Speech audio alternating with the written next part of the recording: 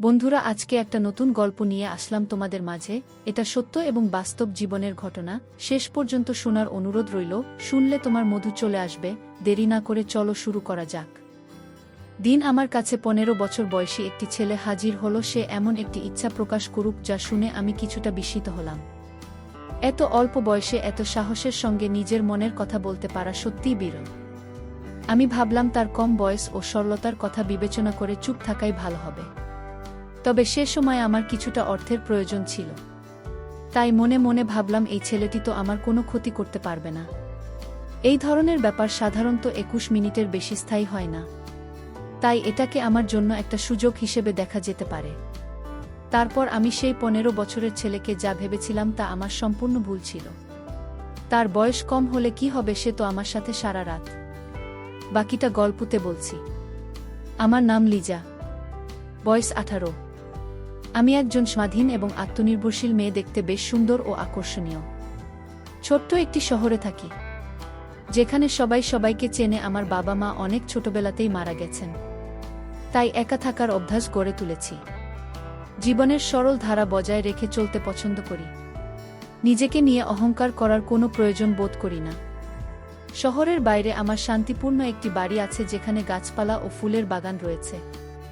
সকালে যোগ ব্যায়াম করি এবং বাগানের যত্ন নিই। আর্থিক অবস্থা খুব একটা ভালো না হলেও পরিশ্রম চালিয়ে যাচ্ছি। বই আমার প্রিয় সঙ্গী, বিশেষ করে রোমাঞ্চকর প্রেমের গল্প। একা থাকি বলে ঘরের সব কাজ নিজেই করি।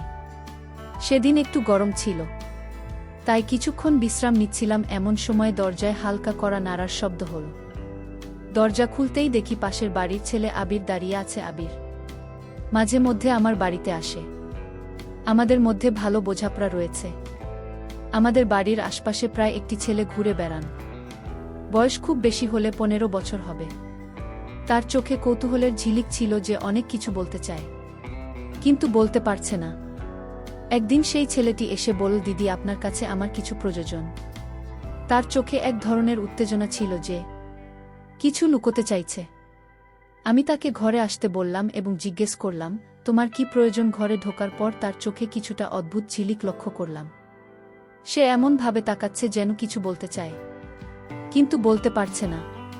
তার দৃষ্টি বারবার আমার দিকে যাচ্ছিল, যা আমাকে কিছুটা অস্বস্তিতে ফেলেছিল। তারপর সে বলল, আমি একা থাকি এবং আপনার সঙ্গে একান্তে কথা বলতে চাই।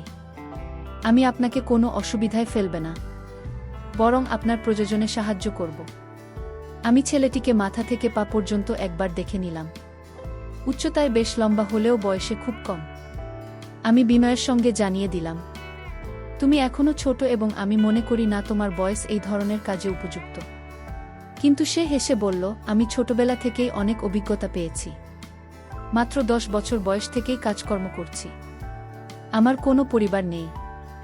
আমি একাই সব কিছু সামলাই। আমাকে বিশ্বাস করুন, আমি আপনাকে নিরাশ করব না, বরং আপনার প্রত্যাশা পূরণ করতে পারব। তার কথা শুনে আমি সত্যিই বিস্মিত হলাম। এই ছোট্ট ছেলেটি এত কিছু কেমন করে বলছে? বুঝতে পারছিলাম। আমি জিজ্ঞেস করলাম, তোমার বাবা মা কোথায়? সে বলল, আমি একা, বাবা মা নেই। অনেক ঘুরে বেরিয়েছি, এবার এই কাজ শুরু করেছি এবং ভালোই চলছে। এখন আমি এই কাজটা আরও বাড়াতে চাই। তাই আপনার সঙ্গে কথা বলতে এসেছি। যদি আপনি সাহায্য করেন তবে আপনার উপকারে আসতে পারব। তার এই কথা শুনে আমি অবাক হলাম।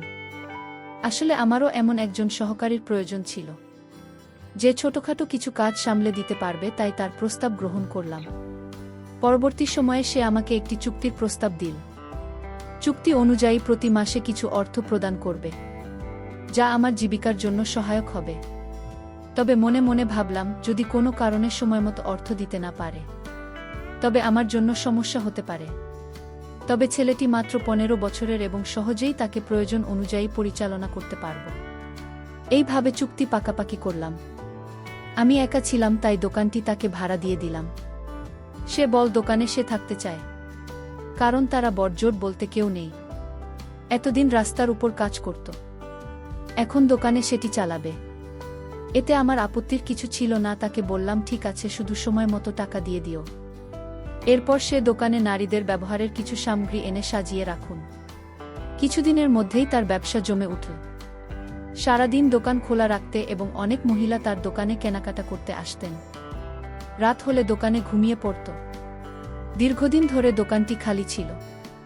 আগেও কয়েকবার দোকানটি ভাড়া দিয়েছিলাম, কিন্তু কেউ বেশি দিন এখানে থাকতে পারেনি। সবাই বলতো এই জায়গাটা ব্যবসার জন্য উপযুক্ত নয়।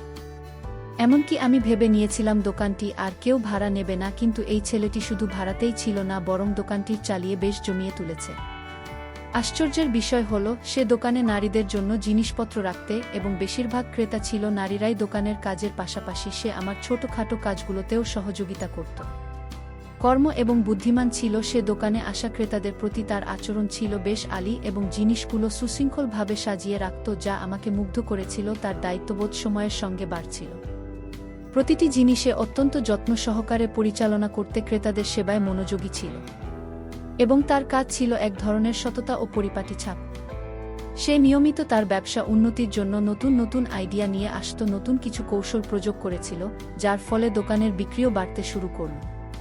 কিছুদিন পর আমাদের মধ্যে বন্ধুত্ব গড়ে ওঠে আর সে আমার ছোটখাট কাজে সাহায্য করত। যখন খাবার একটু বেশি তৈরি হতো সেটি দোকানে পাঠিয়ে দিতাম। দোকান আর বাড়ির মাঝে ছোট্ট একটা দরজা ছিল। প্রয়োজন হলে সেই দরজা খুলে আবিরের সঙ্গে কথা বলতাম। ধীরে ধীরে আমাদের মধ্যে সম্পর্কের গভীরতা বাড়তে লাগল।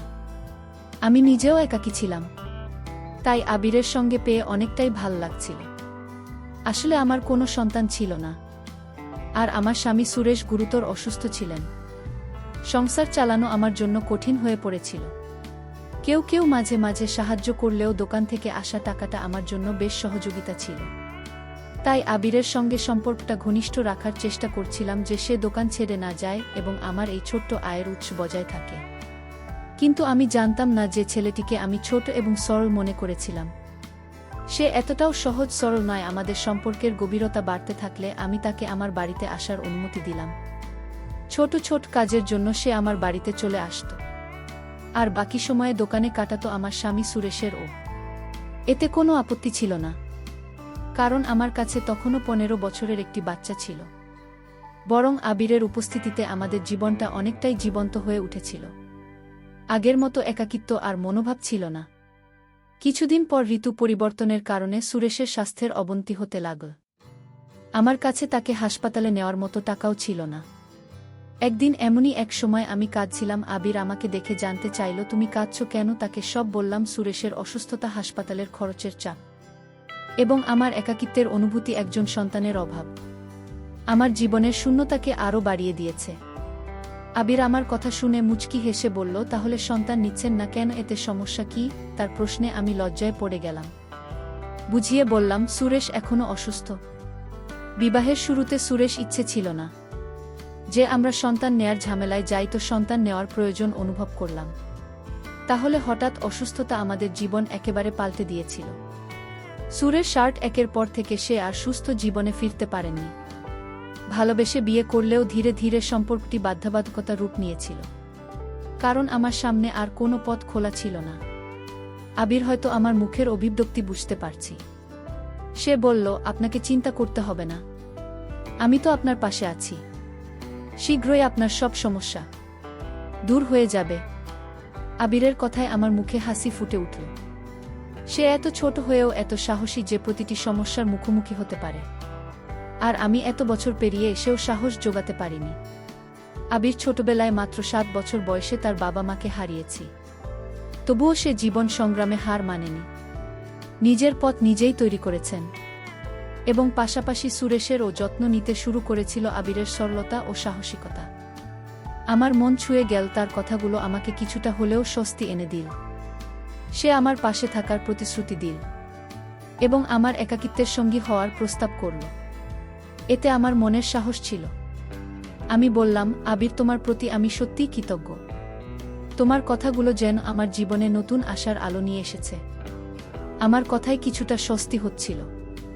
আবির বলল, জীবনে সমস্যা আসবেই, কিন্তু আমরা একসঙ্গে সেগুলো পার করতে পারব। তোমার একার সব কিছু সামলানো দরকার নেই। তোমার পাশে একজন সঙ্গী থাকা উচিত, আর আমি আছি তোমার সঙ্গে। একসাথে সুরেশের যত্ন নেব এবং তোমার সমস্যাগুলো দূর করার চেষ্টা করব।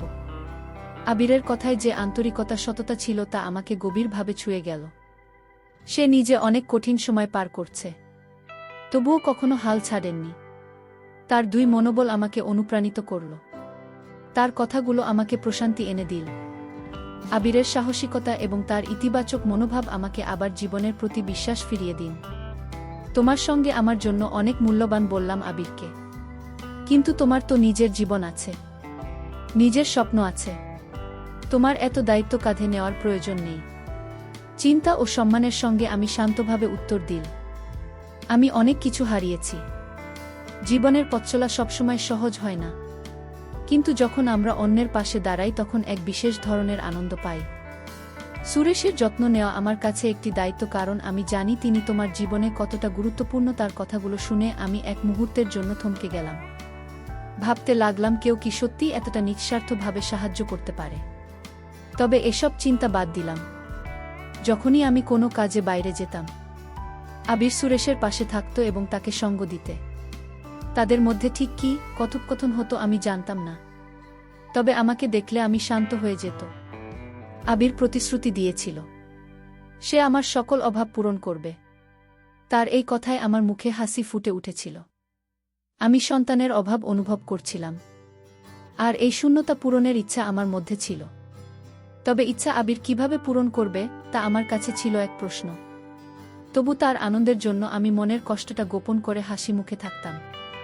কিছুদিন পর হঠাৎ করে আমার শারীরিক অবস্থার কিছুটা পরিবর্তন অনুভব করলাম।